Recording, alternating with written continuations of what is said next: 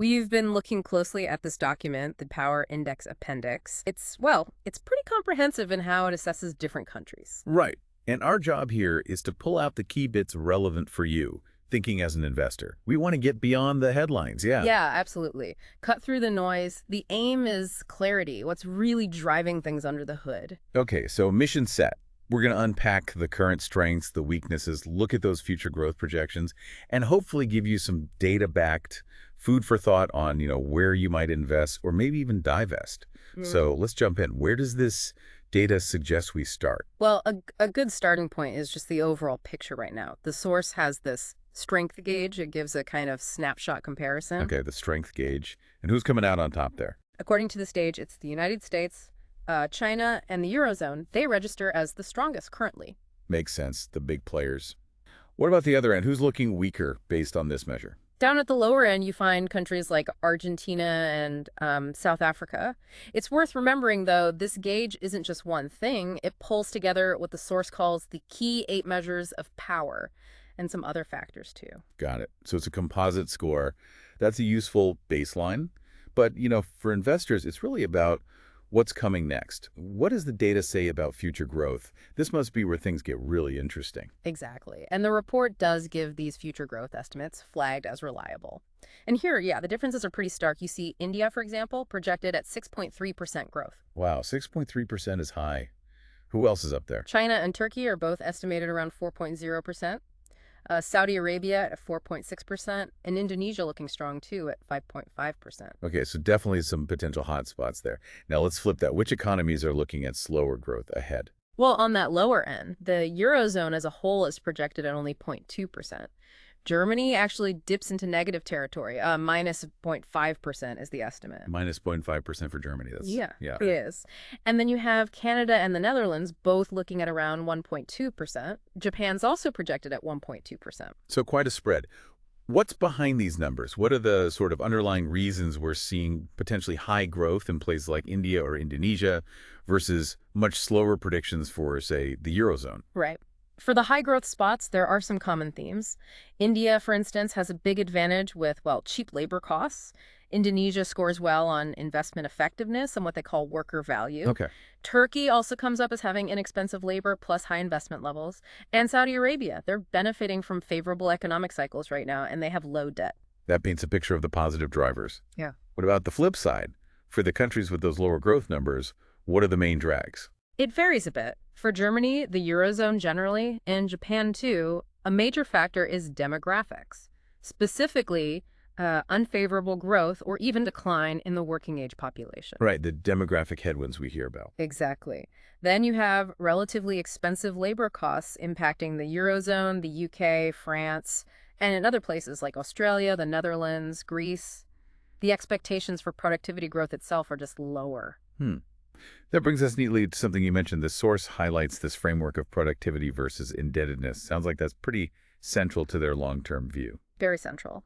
The report basically argues that long-term growth is mostly about productivity. Indebtedness, debt cycles and policy influences things more in the medium term. Okay, and how much weight do they give each? Roughly 2/3 productivity, 1/3 indebtedness. So productivity is really seen as the main engine over the long haul, a country's ability to get more output for its input, essentially. Right. So how do they measure productivity in this analysis? It feels like a squishy concept sometimes. Yeah, they try to break it down. One part is what they call what you pay versus what you get. So looking at labor costs relative to the value produced, and also how effectively investment translates into output. Pay versus get. Okay.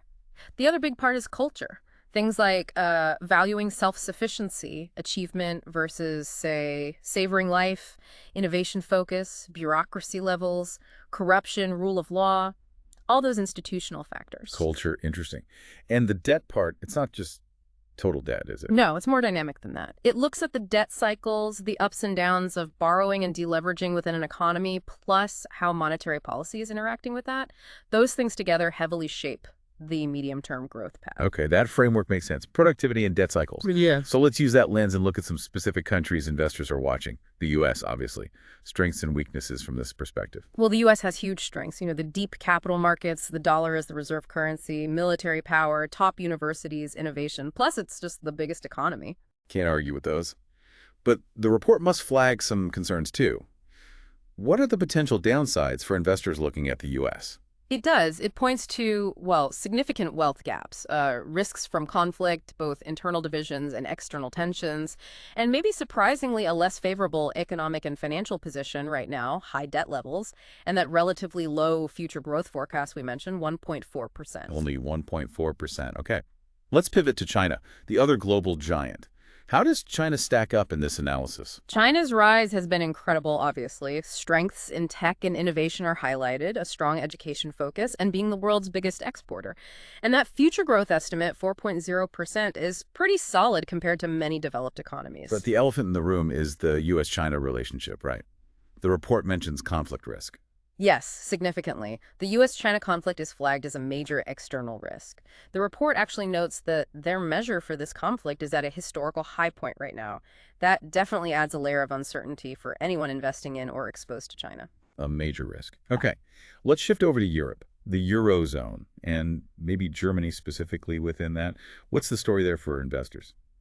The Eurozone has strength, big financial centers. The euro is a reserve currency. But the concerns are quite real. Those high labor costs we talked about, very low projected growth, only 0.2% for the zone. And Germany even lower. And Germany even lower, yeah, minus 0.5%. Plus those demographic challenges hitting the working age population particularly hard. You also mentioned Germany had a poor value ranking in the report. What's behind that?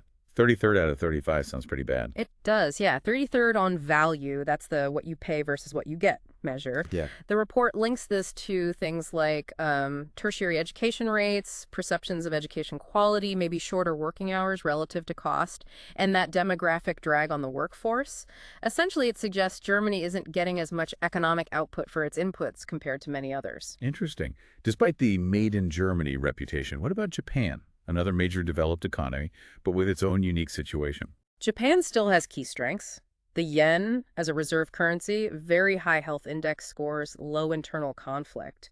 But the growth picture is similar to parts of Europe projected at just 1.2%, and it's really wrestling with that declining working age population. That's a big long-term challenge. Right, that demographic trend keeps coming up for developed nations. Let's look at some of the more dynamic Asian economies. South Korea tech powerhouse. Investment outlook. South Korea scores really well on innovation and also on the value generated by its workers, so high productivity in some key areas. But the concerns there are around debt levels and, like Japan, a shrinking workforce. The growth estimate is 1.8%. Okay. Now, earlier you flagged India and Indonesia as having really high growth potential. Let's dig into those a bit more. What makes them stand out? For India, the big draw is definitely the low labor costs combined with that very high 6.3% growth projection. The flip side, though, according to this report, is relative weakness in innovation, tech development, and some broader well-being metrics. So growth potential, but maybe some structural areas needing work. And Indonesia. Indonesia also benefits from cheap labor and that strong 5.5% growth estimate. It scores well on investment effectiveness and worker value, too. But again, weakness is noted in education and innovation compared to the leaders. Got it. Turkey and Saudi Arabia also had strong growth forecasts. What's driving their potential? Turkey stands out for very inexpensive labor and high investment levels, feeding into that 4.0% growth number. Weaknesses pointed out are education and the strength of its financial sector. Okay. Saudi Arabia, on the other hand, benefits more from where it is in its economic and financial cycles, plus low debt. That underpins the 4.6% growth estimate. But like some others, areas like education and innovation are seen as needing development. Makes sense. What about some of those other developed countries with more middling forecasts? Australia, Canada, the Netherlands. Right. Australia's growth is projected around average 2.1%. But the analysis notes potential weaknesses in productivity growth itself and also culturally maybe less emphasis on working hard compared to some others. Canada has that below average 1.2% growth estimate, which is interesting because it scores highly on well-being indicators. So high quality of life, but maybe not translating into high economic growth right now. And the Netherlands, Yeah. also 1.2%. Yes, Netherlands also 1.2% growth, and it shares that relatively low value ranking like Germany, despite having quite productive investment apparently. So bit of a mixed picture there. Finally, you mentioned Argentina and South Africa were at the bottom of that initial strength gauge. Does the data suggest these are places investors might think about avoiding or divesting from? Well, based purely on this analysis, yes. Given their low strength gauge scores and what the data suggests about their growth prospects and underlying metrics, they would appear to be countries where investors might consider reducing exposure. Okay. Stepping back from individual countries now, the report also mentioned broader global risks. What were the main ones flagged that investors need to keep on their radar? Two big ones stand out. First, the overall level of global conflict, which is seen as rising, and specifically the US-China tension within that. That's a major uncertainty. Right. Second, broader environmental and technological shifts. So the worsening trend for natural disasters is mentioned, and also the accelerating pace of tech change, like AI, which could be hugely disruptive, for better or worse. Definitely things to watch. That concept you mentioned earlier, what you pay versus what you get, seems really key for competitiveness. Can you recap which countries exemplify good and bad value on that front? Sure, so countries like Turkey come out looking like high value. You get relatively more economic output for the cost of labor and investment. On the other end, you might have a country like Norway, where labor costs are very high relative to output, and investment might be less efficient by this measure. It's a really important lens for understanding where productive capacity might be shifting. And the cultural factors you mentioned, they play a role. What kind of cultural traits did the report link to better economic outcomes? It suggests that cultures placing a high value on things like self-sufficiency, a drive for achievement over leisure, a strong innovation focus, and crucially, a solid rule of law and low corruption. Those tend to correlate with better economic performance over time. These aren't easily changed, but they form part of the deep-seated strength or weaknesses of a nation. This has been incredibly illuminating digging into this data. If we had to boil it down, what are the main takeaways for listeners thinking about their investment strategy? I think the clearest takeaway is just how varied the global landscape looks right now. You've got countries like India, Indonesia, Turkey, Saudi Arabia showing real potential for strong future growth, often driven by favorable labor dynamics or investment. Hmm. Then you have many established developed economies, parts of Europe, Japan facing some pretty serious headwinds from demographics and maybe productivity challenges, leading to much lower growth forecasts. Hmm.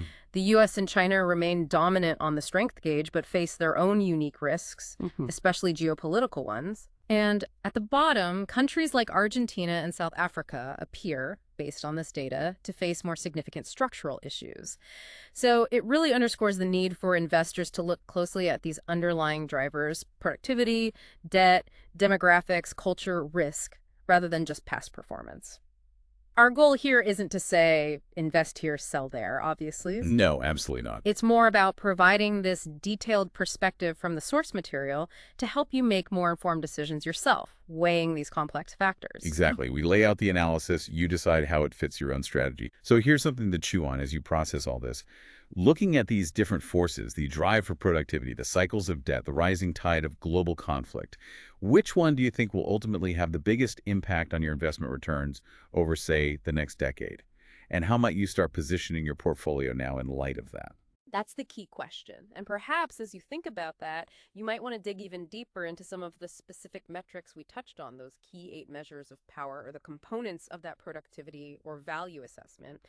Understanding those details, matched with your own risk appetite and investment style, will be vital for navigating what looks like a pretty complex few years ahead.